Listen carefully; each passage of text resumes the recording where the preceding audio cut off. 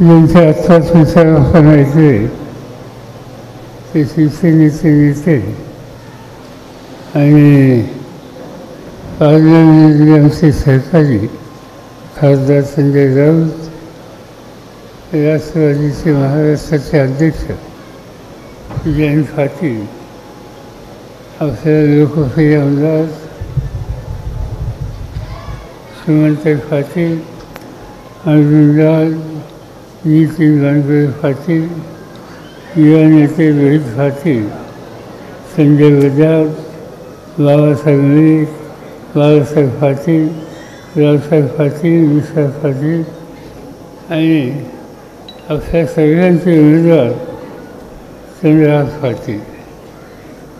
आज लोकसभेच्या इलेक्शनच्यासाठी आपण तासगावला आलो. तासगाव आणि हा परिसर एक ऐतिहासिक पार्श्वभूमी असलेला परिसर. स्वातंत्र्याच्या आंदोलनामध्ये प्रचंड योगदान देण्याचं काम या तालुक्याने केलं, या जिल्ह्याने केलं. त्या काळामध्ये सांगली जिल्हा नव्हता. त्या काळामध्ये सातारा आणि सांगली हा एक जिल्हा होता आणि त्या जिल्ह्यामध्ये महाराष्ट्रात स्वातंत्र्याच्या संबंधीची उठावाची परिस्थिती निर्माण झाली.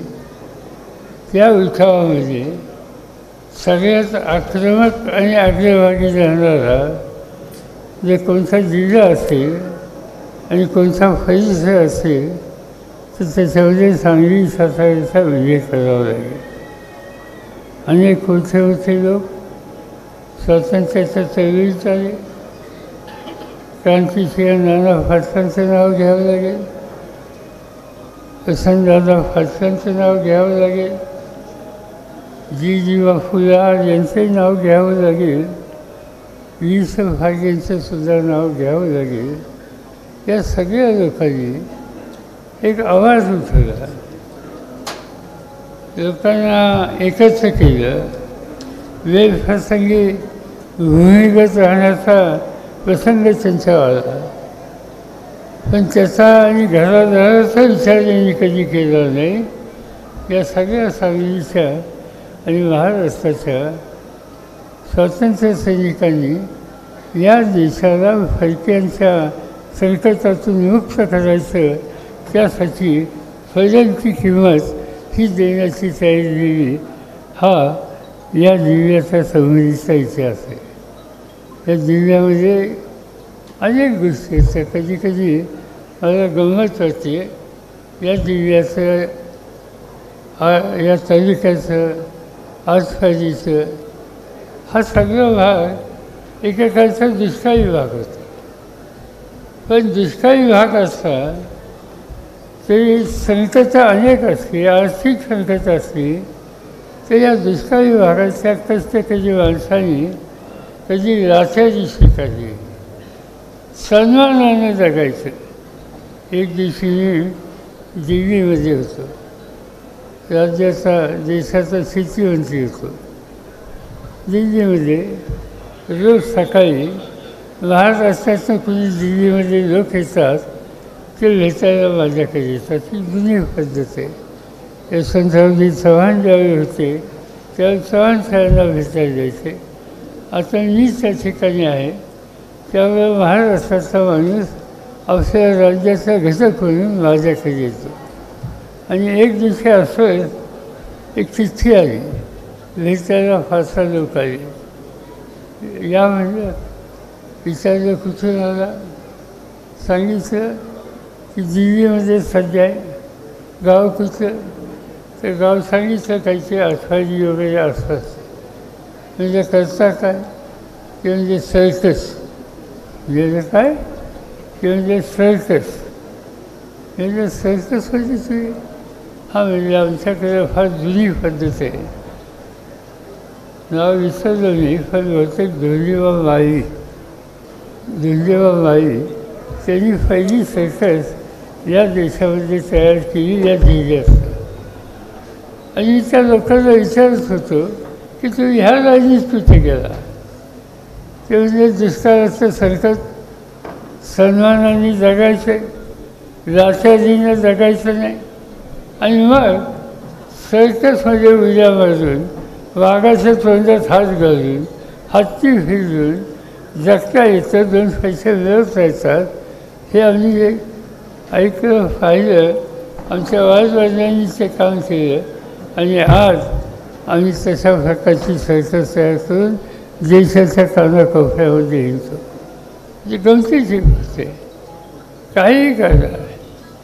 मी जर कुठं केरळमध्ये गेलो, तामिळनाडूमध्ये गेलो, अगदी नेपाळमध्ये गेलो, उत्तर प्रदेशमध्ये गेलो, विमानाचं खाली उतरलो आणि बाहेर जायला लागलो की त्या ठिकाणी कोणतरी मोठ्याने म्हणतो रामराम साहेब.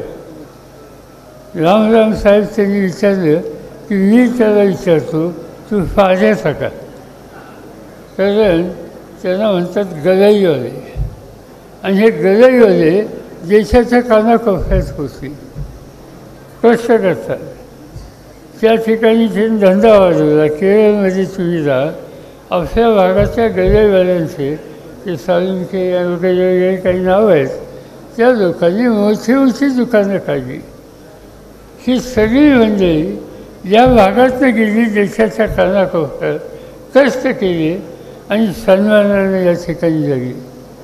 आणि तिथेही गेली तर मराठी माणसाचा, मराठी संस्कृतीचा अभिमान हा कायम ठेवत असतात, जपत असतात. एक गोष्ट मी बघतो तिकडे धंदे करतात, पण पोराचं लग्न करायचं असेल तर पोरगी इकडचीच लागते.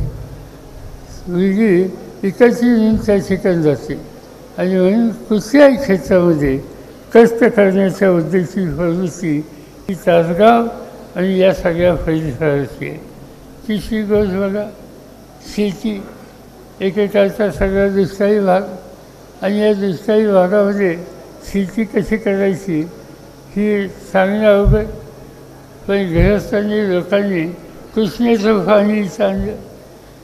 नंतरच्या काळामध्ये जयंतराव मंत्री झाले, आझाद पाटील मंत्री झाले. त्यांनी सत्तेचा वापर केला आणि पाण्याची काय सोय केली.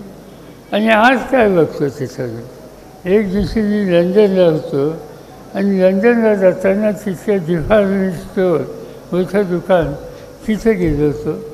अनेक गोष्टी तिथं बघत बघत एक फळं आणि भाज्याचा विभाग होता. मी सहजच बघायला गेलो. द्राक्षे होती तिथं. आणि द्राक्षे होती म्हणल्याच्या नंतर मला औत्सुक्य वाटलं की द्राक्षे आली कुठल्या. जगामध्ये पेरूमधनं द्राक्षे येतात, अन्य काही देशातनं द्राक्षे येतात, पण ही द्राक्षे आली कुठनं. आणि म्हणून मी बघायला गेलो. आणि बघायला गेल्यानंतर तो वाघ, ज्याच्या द्राक्षे होती, तो वाघ दाखवा म्हणून सांगितलं. आणि त्या द्राक्षावर इंग्रजीमध्ये तास गणेश लिहिलं होतं. आता ही तास गणेश म्हणजे तासगाव. म्हणजे आम्ही इंग्लंडच्या बाजारात डिपार्टमेंट स्टोअरमध्ये चांगली द्राक्षे खायची असतील तर त्याला तासगावला जायची गरज नाही. लंडनला तुम्हाला द्राक्षे मिळत आहेत. आणि आमच्या बहादर शेतकऱ्यांनी इथल्या मालावर ह्या द्राक्षाच्या बागा उठवल्या आणि सवन भारतामध्ये ते गेलेच, पण भारताच्या बाहेरसुद्धा गेले. असं या उत्तम प्रकारची शेती करण्याच्या उद्देशी एकादशी आज या तासगावच्या भागामध्ये. आणखी एका गोष्टीचा माझा व्यक्तिगत तासगावचा संबंध आहे. माझे कॉलेजमध्ये शिकत असताना एक शिक्षक होते. ते अजून आहेच आहेत, पण थकले होते. त्यांचं नाव C.V. पटवर्धन. आणि ते इथले राजे होते. सांगली हे स्टेट होते ना, तर तिथं. आणि त्यांच्याकडे गणपतीचं मंदिर हे मोठं असायचं. आधी असतील, तुम्हाला माहिती असतील, पटवर्धन फॅमिली. आणि इथे आमच्या सगळ्यांचे उत्तम शिक्षक होते. आणि त्यामुळे कळत कळत या नशा पद्धतीनं आम्हा लोकांचा सांगलीशी अतिशय घनिष्ठ अशा प्रकारचा संबंध आला. वसंतदादांशी आला, वि.स. फागेंशी आला. आणि खऱ्या अर्थानं अधिक या जवळकीच्या संबंधीचा ह्याच्यात मोलाची कामगिरी कोणी केली असेल तर स्वर्गीय आर.आर. पाटलांची उल्लेख करावा लागेल. आज सर्वसामान्य कुटुंबाची व्यक्ती प्रामाणिकपणानं काम करण्याची दृष्टी.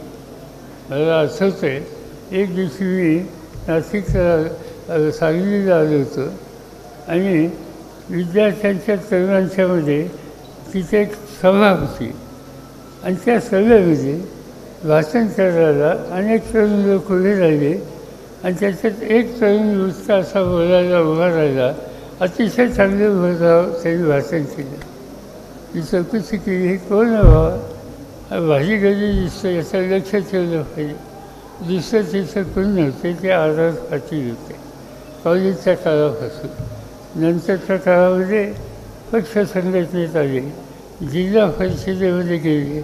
जिल्हा परिषदेमध्ये सांगलीच्या ती जिल्हा परिषद त्यांनी गाजवली त्या वयामध्ये. आणि नंतरच्या काळामध्ये महाराष्ट्राच्या विधानसभेमध्ये सांगलीच्या लोकांनी, तासगावच्या लोकांनी, कवठेमहांकाळच्या लोकांनी त्यांना विजयी केलं आणि महाराष्ट्राच्या विधानसभेमध्ये एक अत्यंत कर्तृत्ववान अशा प्रकारचा एक उत्तम वक्ता आणि लोकांच्या प्रश्नाची मांडणी करणारा एक सदस्य म्हणून त्यांच्याकडे आम्ही पाहायला लागलो. आज त्या काळामध्ये महाराष्ट्राच्या विधानसभेमध्ये सांगलीने दोन कर्तृत्ववान माणसं दिली, एक आर.आर. पाटील आणि एक आज ह्या ठिकाणी हजर आहेत जयंत पाटील. ही आम्हाला सगळ्यांच्या मनात राहिलेली गोष्ट आहे. सुदैवानं आपल्या कर्तृत्वानं आर.आर. हे उपमुख्यमंत्री पदापर्यंत गेले. अनेक गोष्टीची चांगली धोरणं त्यांनी आखली.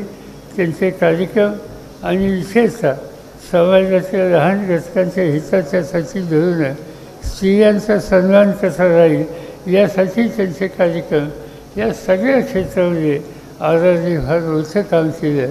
दुर्दैवानं ते लवकर आपल्या सगळ्यांच्यातून केले. पण ते असे असं नसते तरी आज त्यांच्या विचाराची आणि त्यांच्या कामाची गादी रोहित चालवतो याचा आम्हाला आनंद आहे, अभिमान आहे. आणि माझी खात्री आहे की उद्याच्याला महाराष्ट्राचे जुन्या काळाचे लोक रोहितलासुद्धा जे काम करताना पाहतील त्या सगळ्यांना आर.आर.च्या कामाची आठवण आणि आर.आर.च्या कामाची जी आज गरज आहे त्याची पूर्तता या नव्या पिढीकडून होते हे चित्र दिसायचं राहणार नाही. आज या ठिकाणी लोकसभेची निवडणूक आहे. अनेक लोकांनी इथं काम केलं. वसंतदादा होते, जी बापू होते, विसफ आगे होते. अनेक महाराष्ट्रात मोलाची कामगिरी केली. अगदी रोजगार हमीसारखा कायदा की तो संबंध देशामध्ये गेला. त्या कायद्याची संबंध रचना तयारी ही विसफ आगे साहेबांनी केली. या जिल्ह्याचा दुष्काळ हा बघून त्यांच्यामध्ये व्यक्त करतात. अशा अनेक लोकांनी अनेक प्रकारची कामं या ठिकाणी केली. वेगवेगळ्या क्षेत्रामध्ये यश मिळवून दिले. ही निवडणूक ही अत्यंत महत्त्वाची आहे आणि त्याचं कारण आज सगळ्या देशाचा चेहरा बदलतो आहे. आज देशाचं राज्य हे नरेंद्र मोदींच्या सारख्या गृहस्थांच्या हातामध्ये. ही एक वेगळी विचारधारा आहे आणि ती विचारधारा साधारणतः या भागामध्ये स्वातंत्र्याच्या आंदोलनात महत्त्वाची कामगिरी केल्याचा इतिहास आहे. तो इतिहास एका बाजूला आणि स्वातंत्र्याच्या चळवळीत एक विचारधारा, एक पक्ष संघटना कधीही नव्हती.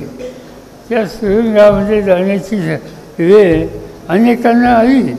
ते सगळे स्वातंत्र्य सैनिक होते पण त्यांच्याबरोबर अनेक लोक सहभागी झाले. पण त्याच्यामध्ये त्यावेळेचा भाजप किंवा जनसंघ यांचा एकसुद्धा माणूस हा कधी झालेला नव्हता. आणि म्हणून ज्यांना स्वातंत्र्याच्या चळवळीची पार्श्वभूमी नाही त्यांच्या हातामध्ये आज देशाची सूत्र आहेत आणि त्यांचं नाव हे नरेंद्र मोदी आहे. आज अनेक गोष्टी आपण बघतो ते अनेक ठिकाणी जातात, भाषणं करतात. लोकशाहीमध्ये त्यांचा अधिकार आहे. पण भाषणं कुणावर करतात? जवाहरलाल नेहरूंच्या टीका कर, काँग्रेस पक्षावर टीका कर, ज्या जवाहरलाल नेहरूंनी आयुष्याची जवळपास 11-12 वर्ष इंग्रजांच्या तुरुंगामध्ये घालवली, घरादाराचा विचार झाला नाही.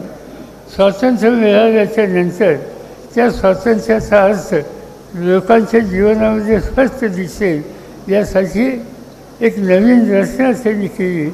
लोकशाहीचं राज्य या देशात प्रस्तावित केलं आणि जगामध्ये भारताचं नाव लौकिक वाढेल यासाठी त्यांचं योगदान होतं. ते जवाहरलाल नेहरूंच्या टीका आणि कुणी टीका करावी, कुणी टीका करावी. जे टीका करणारे लोक त्या स्वातंत्र्याच्या आंदोलनात कुठं नव्हते हे मी आत्ताच तुम्हाला सांगितलं. पण हे एवढं मोठं योगदान देणाऱ्यांच्या टीका करणं हाच आपला कार्यक्रम आहे असं समजून आज ते कामाला लागलेले. कितीतरी गोष्टी सांगता येतील त्यांच्या. त्या आज अनेक चित्र बघतो आम्ही.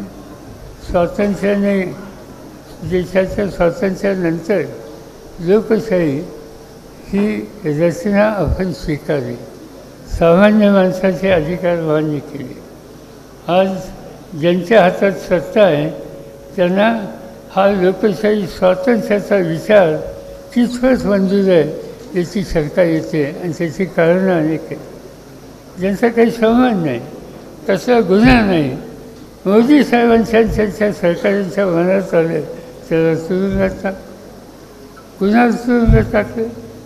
अनेक खासदारांना तुरुंगामध्ये टाकले, आपल्या सरकारांना तुरुंगात टाकले. महाराष्ट्रामध्ये आज या ठिकाणी संजय राऊत आहेत, एक उत्तम पत्रकार. शिवसैनिकांचा आणि सेनेचा विषय हा मानणाऱ्या आग्रहानं कारण नसताना त्यांनाही तुरुंगात टाकलं. अनिल देशमुख महाराष्ट्राचे गृहमंत्री, त्यांना त्या ठिकाणी तुरुंगामध्ये टाकलं. अनेकांची उदाहरणं सांगता येईल. ही तर आपली स्थानिक झाली. देश पातळीवर काय चित्र. झारखंड नावाचं राज्य आदिवासींचं राज्य, आदिवासी मुख्यमंत्री आहे. एका सभेमध्ये प्रधानमंत्री आणि त्यांच्या सरकारवर तिथल्या मुख्यमंत्र्यांनी टीका टिप्पणी केली, काही म्हणणं मांडलं. परिणाम काय? त्यांचं म्हणणं समजून निकाल घ्यायची जबाबदारी असताना ते काम काही केलं नाही, त्यांना तुरुंगामध्ये टाकलं. आज झारखंडचा मुख्यमंत्री गेले 6 महिने तुरुंगामध्ये आहे. दिल्ली ही देशाची राजधानी. अरविंद केजरीवाल नावाचे मुख्यमंत्री सामान्य कुटुंबातून आलेले, उत्तम राज्य चालवतात, शिक्षणाच्या क्षेत्रात मोलाचं काम केलं, आरोग्याच्या बाबतीत अनेक सुविधा लोकांना दिल्या, राज्य कसं चालवायचं याचा एक आदर्श केला. आम्ही लोक पार्लमेंटचे मेंबर म्हणून दिल्लीमध्ये आहोत. अनेकदा आम्हाला लोक भेटायला येतात आणि दिल्लीमध्ये जसं आम्हाला पार्लमेंट दाखवा म्हणतात, राष्ट्रपती भवन दाखवा म्हणतात, तसं केजरीवालनी शिक्षणाच्या आणि आरोग्याच्या क्षेत्रात जे काम केलं तेही आम्हाला पाहिजे आहे हे सांगण्याची आणि ही विनंती करण्याची भूमिका देशाच्या अनेक भागातून लोक येतात, ते करतात. याचा अर्थ त्यांचं काम किती होत आहे. आणि त्याच केजरीवालने सरकारवर काही गोष्टी टीका टिप्पणी केली. परिणाम काय झाला? 3 वेळेला मुख्यमंत्री असलेल्या माणसाला आणि कसलाही चिंचोळा त्याच्या अंगावर नाही इतका स्वच्छ कारभार करणारा हा मुख्यमंत्री आज तिहारच्या जेलमध्ये आहे. का? तर मोदी साहेबांनी त्यांच्या लोकांच्यानी काही घटनावर टीका टिप्पणी केली. ही काही लोकशाही आहे? ही काही स्वातंत्र्य आहे? आपल्याला या देशामध्ये सगळ्यांच्या प्रयत्नानं एक घटनेची निर्मिती केली. त्या घटनेनं तुम्हाला मला सगळ्यांना सारखे अधिकार आहेत. या देशामध्ये अगदी शेताच्या शिवारामध्ये काम करणारा, मोलमजुरी करणारा मजूर, त्याला जो हक्क आहे तो देशाच्या राष्ट्रपतीलासुद्धा तेवढाच हक्क आहे. हे स्वातंत्र्य आणि हा निर्णय या देशामध्ये केला. आणि असं असताना आज सत्ता हातात आल्याच्यानंतर या लोकांच्यावर की जी विचारधारा सत्ताधारी लोकांना मान्य नाही त्यांच्यावर अशा प्रकारची कारवाई करण्याची भूमिका आजचे राजकारते करतात. आणि म्हणून वेळ वेगळी आली. इथे एकत्र राहायची गरज आहे. जे जे कुणी मूलभूत अधिकाराचं हल्ला करतील त्या सगळ्यांच्या विरुद्ध एका विचाराने आपल्या सगळ्यांना उभं राहावं लागेल. आणि जी क्रांतिकारांची भूमी आहे त्या क्रांतिकारांच्या भूमीनं त्याच्यात पुढाकार घेतला पाहिजे. कुणीही व्यक्ती असो, साधा कार्यकर्ता असो, पंचायत समितीचा सभासद असो, जिल्हा परिषदेचा सभासद असो, शेती करणारा शेती असो, किंवा आज इथं चंद्रराव पाटलांच्यासारखा उत्तम पैलवान असो, त्या सगळ्यांना आपल्याला एकत्र ठेवून या देशाच्या मूलभूत अधिकाराला जतन करण्याच्यासाठी पावले टाकावी लागणार. आणि मला आनंद आहे की शिवसेनेने अशा कामात पुढे येऊ राहणाऱ्या एका तरुण खेळाडूची निवड या ठिकाणी केली त्याची उपयुक्तता आहे. खरं म्हणजे काही लोक असं म्हणतात की हे खेळाडू तिथे जाऊन काय करणार, काही काळजी करू नका. मी एक आणखीन खेळाडू पाहिला, सांगलीचाच पाहिला, आणि त्यांचं नाव मारुती माने. मारुती माने खासदार होते का नाही, आणि हिंद केसरी होते का नाही. मग हा तर डबल, सिंगल महाराष्ट्र जसं नाही, डबल. आणि तुम्ही लोकांनी काय सांगायचं, गेलं 35 वर्ष कुस्तीगीर परिषदेचा अध्यक्ष मी आहे. त्यामुळे मला कोणता फायदा झाली आहे आणि कुठपर्यंत झाले याची प्रत्येकाचा अभ्यास आहे. मी कधी बोलत असतो, पण या संस्थेमध्ये अनेक वर्ष माझे आहेत. आणि त्यावेळेला जी तरुण मुले पुढे येत आहेत, राज्याचं नाव आज घेत आहेत, उद्याच्या देशाचं नाव घेतील आणि नंतरच्या काळामध्ये ऑलिम्पिकमध्ये सुद्धा जातील, अशा पद्धतीचं कर्तृत्व आणि क्रीडा क्षेत्रदान असे जे कोणी खेळाडू आहेत त्यांना आम्ही प्रोत्साहन द्यायचा निकाल दिसला. आणि त्या दृष्टीनं चंद्रहारकडे आम्ही बघत असतो. मला आनंद आहे या ठिकाणी शिवसेना प्रमुखांनी त्यांची निवड केली. त्यांची निवड करून बातमी आली वर्तमानपत्रात की या ठिकाणी या जागेच्यासाठी शिवसेना प्रमुखांनी यांची अशी निवड केली. सगळ्या महाराष्ट्रात चर्चा सुरू झाली, कोण हा चंद्र एकदम खासदार बनायला निघाला, काय त्याला अनुभव वगैरे वगैरे वगैरे. नंतर जसं जशी माहिती त्यांची पुढे यायला लागली तसं लोकांचा विश्वास वाढला आणि लोकांना खात्री वाटायला लागली की ही व्यक्ती सांगली जिल्ह्याचं आणि महाराष्ट्राचं नाव जसं कुस्तीच्या क्षेत्रात केलं तसं आज भारताच्या फाळणीमध्ये मोदी साहेब आणि त्यांचे सहकारी सवन या देशाचा मूलभूत अधिकार उद्ध्वस्त करायला निघाले. त्यांच्या विरुद्ध संघर्ष करायला आम्ही सगळे जे प्रयत्न करतील त्या आमच्या प्रयत्नाला खांद्याला खांदा लावून या ठिकाणी चंद्रहारसुद्धा लोक संसदेमध्ये उभे राहतील याची खात्री मला या ठिकाणी आहे. आणि त्यामुळे त्यांना निवडून देणं ही तुम्हा सगळ्यांची जबाबदारी आहे. ते काम तुम्ही त्यांनी करावं एवढंच या ठिकाणी मी आपल्या सगळ्यांना सांगू इच्छितो. अधिक बोलायचं नाही. आणखीन काही सभा मला आज पुणे जिल्ह्यामध्ये आहे. एक वेगळं चित्र महाराष्ट्रात दिसतं आहे. आम्ही लोक जाईल तिथं, लोकांचा पाठिंबा आहे, लोकांना बदल पाहिजे. आणि तो बदल आज जी आम्ही लोकांनी आघाडी केली ज्याच्यामध्ये शिवसेना, राष्ट्रवादी काँग्रेस पक्ष आणि इतर छोटे होते डॉक्टर बाबासाहेब आंबेडकरांच्या विचारानं पुढे जाणारे हे पक्ष, त्या सगळ्यांना घेऊन एक जबरदस्त शक्ती ही महाराष्ट्रात उभी करण्याचा प्रयत्न आम्ही करतो आहे. त्या प्रयत्नाला तुमच्या सगळ्यांची साथ मिळेल अशाच प्रकारची अपेक्षा व्यक्त करतो. या ठिकाणी चंद्रहार पाटलांची खून ही काही सांगायची आवश्यकता नाही. मशाल ती मशाल त्यांनी हातामध्ये धरली, ती मशाल हातामध्ये धरली आणि या मशालीच्या माध्यमातून एक वेगळं चित्र आज तयार करण्याचा प्रयत्न केला जातो आहे. त्याला तुम्ही साथ द्याल अशाच प्रकारची अपेक्षा या ठिकाणी करतो आणि माझे 2 शब्द सांगतो. एबीपी माझा, उघडा डोळे बघा नीट.